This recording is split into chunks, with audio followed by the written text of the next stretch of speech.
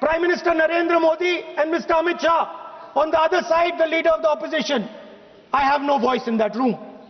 What they decide is what happens. So the first question, why is the Prime Minister and Amit Shah so keen on choosing exactly who the election commissioner is going to be? Second question, and even more devastating question, no Prime Minister has done this in the history of India. In December 2023, this government changed the law. They changed the law to make sure that no election commissioner could be punished for any action they take while they are election commissioner. Yes. Immunity. Why would the Prime Minister and Home Minister give this gift of immunity to the election commissioner? Why would they need to give this tremendous gift that no Prime Minister has given ever before to the election commissioner? Yes. Mr. Shah is looking into the ceiling. Maybe he will answer this question when he speaks. And finally, why was the law with regards to CCTVs and the data that they contain changed? Why was a law put in place that allows the election commission to destroy CCTV footage 45 days after the election? What is the need? The answer given is it is a question of data. It is not a question of data. It is a question of stealing the election. Now, what is the result of this institutional capture? What is the result of controlling the Chief Election Commissioner and the Election Commission? First of all, we have a set of election campaigns that are tailored for the Prime Minister. 3-month, 4-month, 5-month long campaigns are taking place so that the Prime Minister's schedule can be fitted in to the program. Second, we have a Brazilian woman who appears 22 times on the voter list of Haryana. Please. No. 22 times this lady appears. एक minute please एक minute. आप नेता प्रतिपक्ष है, मैं इस तरीके से सदन की कार्रवाई नहीं चलने दूंगा. ये सदन है, सदन की गरिमा को बनाए रखें. आप सदन की गरिमा से बोलेंगे तो ठीक नहीं, जैसे सदन नहीं चलेगा. नो, गलत तरीका है आपका, नहीं होगा. आप ले रहिए, आप ले रहिए. नहीं, माननीय प्रतिपक्ष के नेता, आप पहले अपने सदस्यों को समझाइए. नहीं चलेगा, नहीं, ठीक नहीं है. नो, नहीं, बिल्कुल नहीं चलेगा. अगर आप सर माननीय प्रतिपक्ष के नेता, आप अपने सदस्यों को गरिमा समझाइए. सर, बट ये तरीका आप इतने सालों तक यहाँ पर हैं, ये तरीका उचित है क्या? सर, विरोध का तरीका होता है, लेकिन ये उचित तरीका नहीं है. तरीका इधर भी हो. नो, उधर का तरीका क्या है सर? नो, सबका तरीका उधर से होगा, उधर से भी बोलेंगे, इधर से बोलेंगे, सब जगह से बोलेंगे. Speaker sir, I don't agree with the showing of photographs here, but it is a reflection of our democratic structure. This is what is happening in our democracy, that you're not allowing us to show. This Brazilian woman has appeared 22 times on the voter list in Haryana. And not only that, there is one woman whose name has appeared 200 times, more than 200 times in one booth in Haryana.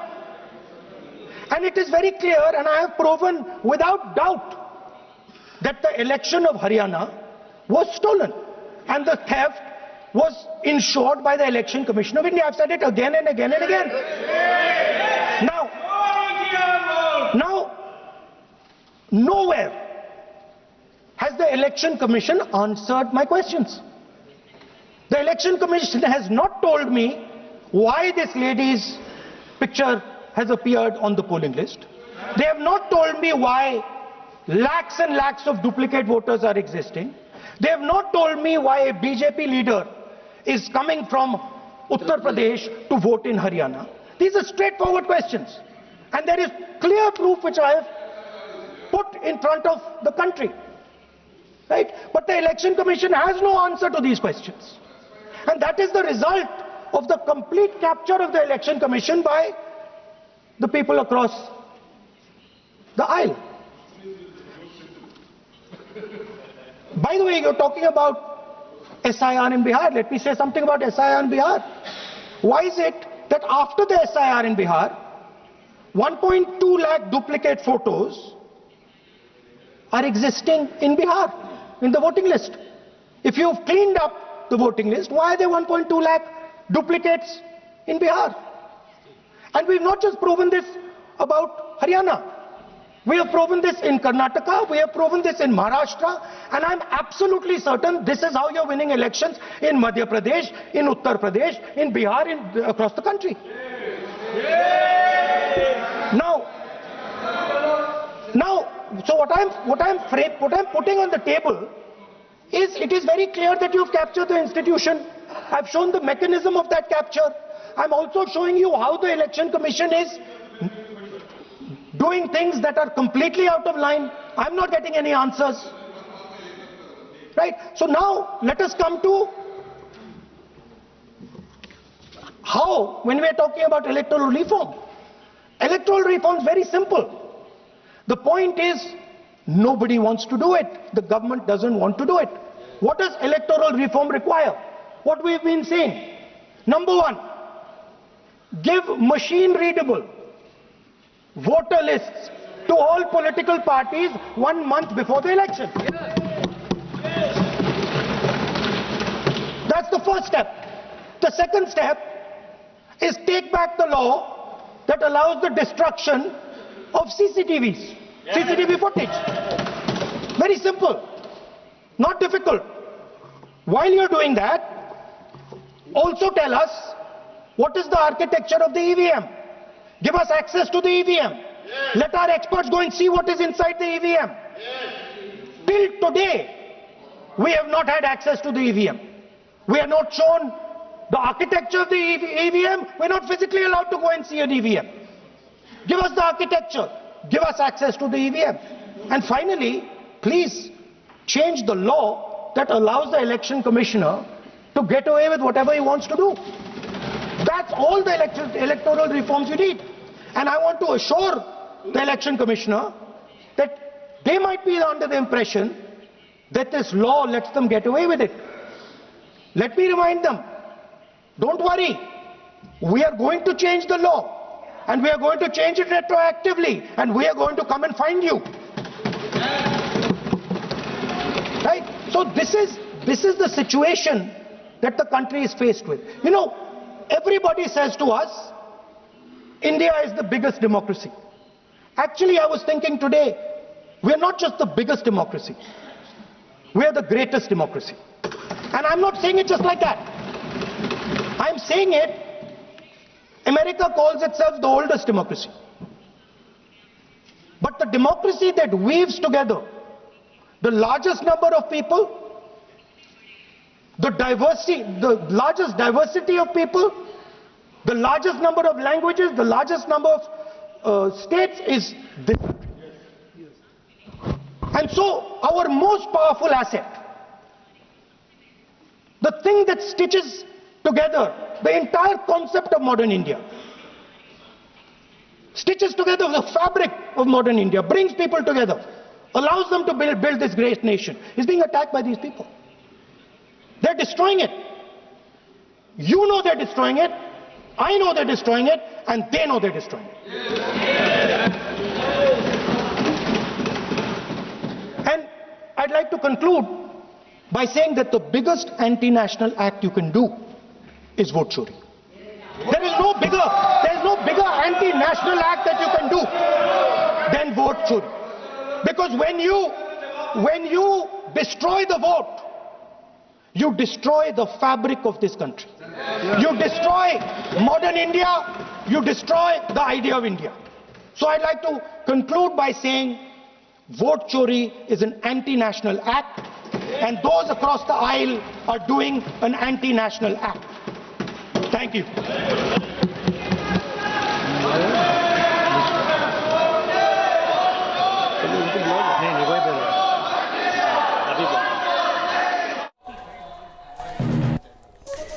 तो हरियाणा में Brazilian महिला का vote कैसे, photo कैसे उसकी थी, ये भी एक सवाल। लेकिन हालांकि आज एसआईआर के मुद्दे पर राहुल गांधी को बोलना था। निशिकांत दुबे गोड्डा से सांसद, वो राहुल गांधी का शायद जवाब देने के लिए आप सदन में उठ चुके हैं।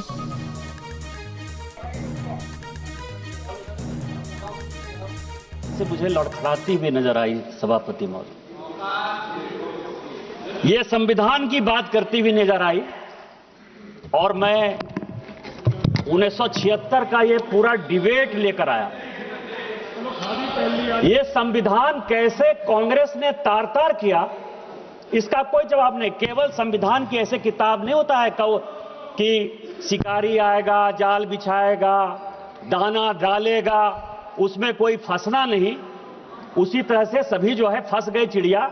ये संविधान का किताब जो है राहुल गांधी और उनकी पार्टी के लिए केवल एक उसी प्रकार की कहावत है सभापति महोदय। आप ये समझें, ये 76 में स्वर्ण सिंह की कमेटी बनी 1975 में। उन्होंने सारे इंस्टीट्यूशन को खत्म कर दिया अध्यक्ष महोदय, जिसके लिए आज फिर से लगे हुए हैं। इस संविधान में 121 बार राष्ट्रपति का जिक्र है। इस संविधान में 121 बार राष्ट्रपति महोदय का जिक्र है। आपको आश्चर्य होगा कि एक संशोधन के माध्यम से राष्ट्रपति के सारे अधिकार को कांग्रेस ने खत्म कर दिया। राष्ट्रपति रबर स्टाम्प हो गया। राष्ट्रपति जो कैबिनेट कह कर देगी उस पर मोहर मारना उसका अंतिम। तो एसआईआर पे चर्चा चल रही है। राहुल गांधी ने अपना पक्ष रखा, अब निशिकांत दुबे बोल रहे हैं। लगातार इससे जुड़ी अपडेट हम आप तक पहुंचाते रहेंगे, लेकिन कुछ और खबरों की तरफ इस वक्त बढ़ रहे हैं। बाबा वेंगा की 2026 को लेकर की गई भविष्यवाणियों ने दुनिया में खौफ बढ़ा दिया है। बाबा वेंगा की भविष्यवाणी के मुताबिक नया साल कई मायनों में बेहद खौफनाक हो सकता है। युद्ध से लेकर प्राकृतिक आपदाओं को लेकर क्या क्या दावा किया गया है, एक रिपोर्ट।